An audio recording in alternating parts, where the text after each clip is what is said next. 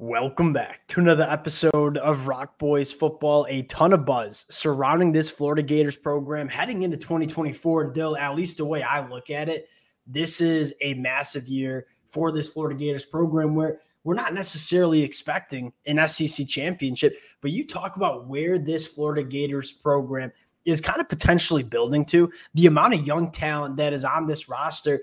If you're a Florida Gator fan, I think you look at the 2024 season as a massive building block, which could kind of catapult you into some really fun years down the road for this Florida program. Want to get into a couple of different things. One, just program outlook, right? Billy Napier heading into year 3. What do we expect from Billy Napier? What do we think is a successful season in 2024? And then more importantly, take a look at this schedule and kind of dive into some of those must-have games for Billy Napier and the Florida Gators. Now, I think the big point of this episode, Dill, is kind of just getting the pulse of the Florida Gator fans. And I think we need to hear from you guys, right? We're Michigan fans, but we love talking this Florida program. You get the pulse from the program, you get it from the fans. So would love to hear from you guys in terms of what does success look like? What do you want to see from Florida in 2024? Would love to hear from you guys in the comments section. If y'all do enjoy the content, consider subscribing to the channel. To the Florida Gator fans, and it's been a blast talking this program over the last couple of months. You guys have shown a ton of support, whether we're previewing 2024, talking the transfer portal, recruiting trail. Appreciate you guys. And Dill, I'm gonna give you the tee box here, and let's just start with program outlook going into year 3 with Billy Napier. Where do you see this Florida Gators program at heading into 2024? I mean, this is kind of what you said. This is a massive year where you just need to see the progress. And again, it's not national championship or bust. It's not SEC championship or bust. Now, that's certainly where he needs to get this to, or he shouldn't be the coach of Florida's program that should be competitive at the highest levels every year. But that's probably just realistically not this year. I think, frankly, what I'm looking for, I think they have 6 swing games. I think they have Miami, Texas A&M, Tennessee, Kentucky, LSU, and Florida State. Those are kind of 6 games. I don't think they're going to be massive underdogs or massive favorites. I think those will be close spreads from Vegas. I think you want to win at least 3 of those games. I'd look at last year, you kind of had 4 of them. You talk Utah, Kentucky, Tennessee, LSU, only get 1 of them. I think in this year, you need to see them be able to beat those teams that they're, I don't want to say they're on even footing with, but they're really close. They're all kind of fighting to make that jump into the SEC powers. You need to see, I think, Florida beat those teams more regularly than you can. You know, I think another thing that at least I'm looking at is, can you show that you're closing the gap between these top SEC programs? Are we expecting Florida to beat Georgia in 2024? I don't think a lot of people are. I don't think a lot of Florida Gator fans are expecting a win against Georgia. That being said, can you show that you're kind of closing the margins between yourself and Georgia? Because, again, like you said at the top, you make no mistake about it. What is the goal of this Florida Gators program? It's to get back to being national championship contenders every single year. So not only winning some of those swing games, which Florida did a very bad job of in 2023, yes, that's important. That's kind of the next step. But I think more importantly, can you show that this program, in terms of that SEC pecking order, is going back to, you know, kind of where it belongs? And another thing that I think a lot of Florida fans should focus on is the young nucleus that is on this team.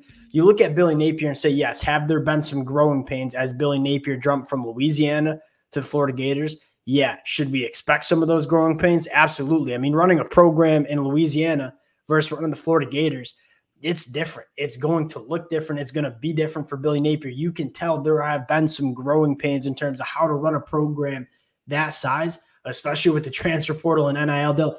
These new head coaches, not only taking over big programs, that's kind of a change, but the world of college football is changing so significantly as well.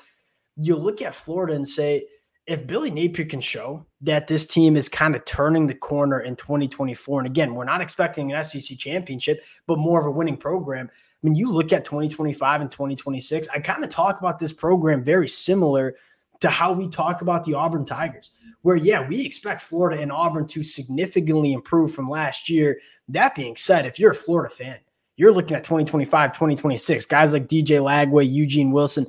That is when this Florida team, if all goes well over this 2024 season, is the most dangerous. So I think that's also an important conversation to have when you're talking Florida in 2024 is, do you see that young talent continuing to take that step? Do you see a little bit more from that player development? Billy Napier making some really big changes to the position group coaches over the offseason.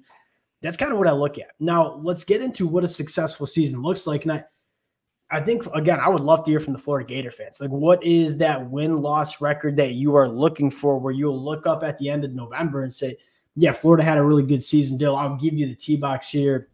What are you looking for in this 2024 schedule here? I mean, I think 7's kind of the target. I think, again, like if you hit 7 on the surface, that doesn't look like a great year for a Florida Gator program that, again, expects what they expect, and they should expect what they expect. But I think given their schedule, given where this team's at, I think 7 wins gives you the confidence that Billy Napier is kind of the guy.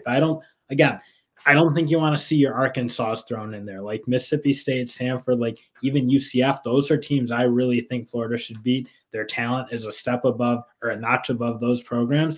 You don't want to see them throw in an Arkansas type game in there. But again, I think the real important thing is to get to that 7 wins, you need to go jump up and beat a good Kentucky. You need to go jump up, beat a good LSU. One of those teams that, again, aren't teams that Florida can't beat or would take a real miracle to beat, but teams that you got to see them win some of those games, because that to me is where Billy Napier's at, where you see him recruiting at a certain level. You've seen him bring in talented teams. Now, again, you need to be able to sell that he has the ability to win. Especially as you return so much production that you had last year. I mean, this team is essentially running it back. Yeah, you lose some guys like Ricky Pearsall or Princely U on the defensive side of the football. Though a lot of the nucleus from the team in 2023, and it's still here in 2024, including a quarterback in Graham Mertz that we think can be one of the better quarterbacks. We saw last year that can be one of the better quarterbacks in the SEC. And I think when you say that gives the there's no more excuses for no growth. Like, right? Really? Last year, like you could maybe look at it. You're playing a ton of young guys who are still kind of cleaning out the old Dan Mullen days, if you will. Now they're really okay. It's not Billy's full team, but it's close enough to his team that you need to see growth. And I think last year you didn't really see it in the way I think you would have wanted to or hoped to. This year, I think again, there's no excuses to not go have some really big wins, especially when you see them catching some of those good teams at home. You see those early games, Miami and A&M both at home. Both games, I think they're in a very good position to kind of get. I would essentially say, you kind of said it's not yet Billy's team. I think by year 3, I think a lot of Florida fans are saying this is Billy's team, right? The guys that have been on this roster that might have been from Dan Mullen's days, all right, this is year 3 within Billy Napier's program. If you've not adopted what Billy Napier wants to do, then you probably hit the transfer portal by now. And you look at a lot of players that are going to be playing for Florida. They're either guys that Billy Napier recruited out of high school or guys that Billy Napier grabbed in the transfer portal. So I would kind of say that year 3, especially in this era where you have the ability to turn over your roster, this is essentially, at least in my opinion, this is Billy Napier's team. Now, 2 things that you highlighted. One, you don't want to lose to teams that you're more talented than. You saw that too much in 2023. I think Arkansas was the big example. You look at Stanford, that should be a win, but on the road at Mississippi State, UCF, those are going to be challenging games. It's hard to go to Starkville and win football games. We think UCF is going to be one of the better teams in the Big 12. That being said, Florida's the better team on paper. You make no mistake about it. If you're a Florida fan, you don't want to see any of those games in 2024 being losses when you have the better team, because that does speak to what your coach is doing. And that to me is like the given. And if you see 2 of them, frankly, I'd be really surprised that, okay, unless you have some real miracles and like go beat Georgia and Ole Miss, for example, I think that's going to be really hard to kind of sell the idea of Billy Napier going. Yeah. And then I think secondly, start winning those swing games. Like when you're trying to win an SEC championship, a national championship, you're going to have to win games that are 3-point spreads, that you might be 3-point underdogs. That's just kind of how it goes. I think you kind of crushed it. You look at, and I know you don't want to chunk necessarily this schedule up, but when you look at the first 4 games of this season, I look at it being just a massive start, because we all know the back half of the season, it's gauntlet. I mean, there's no secret about it. You've seen people talk about it for the last 8 months.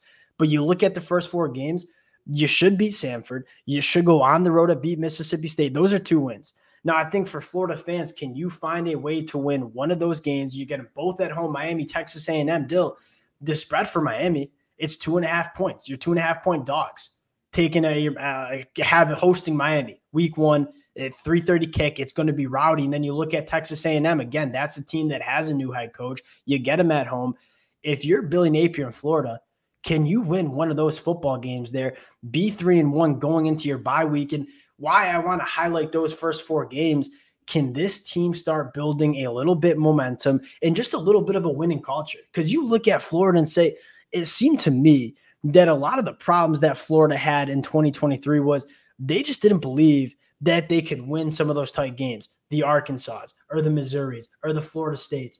Can Florida start with this young team, start believing that they can start taking care of business against some of those teams that I guess you're kind of quote unquote evenly matched against? That's, kind of what I'm looking for from the Florida Gators in 2024.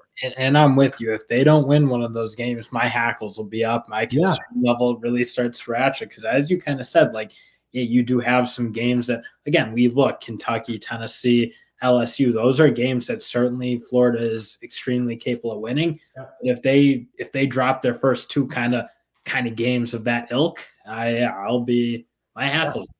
I think you want to go 3-1 in the first 4. I think you want to go 2-3 in the next 3, right? UCF, Tennessee, Kentucky. I think you should beat UCF, and then you go on the road to Knoxville. That's going to be a hard game, but you beat them last year. Then you get Kentucky at home, Dale. That's one of those games I've circled. I think Kentucky's going to be a good team in the SEC.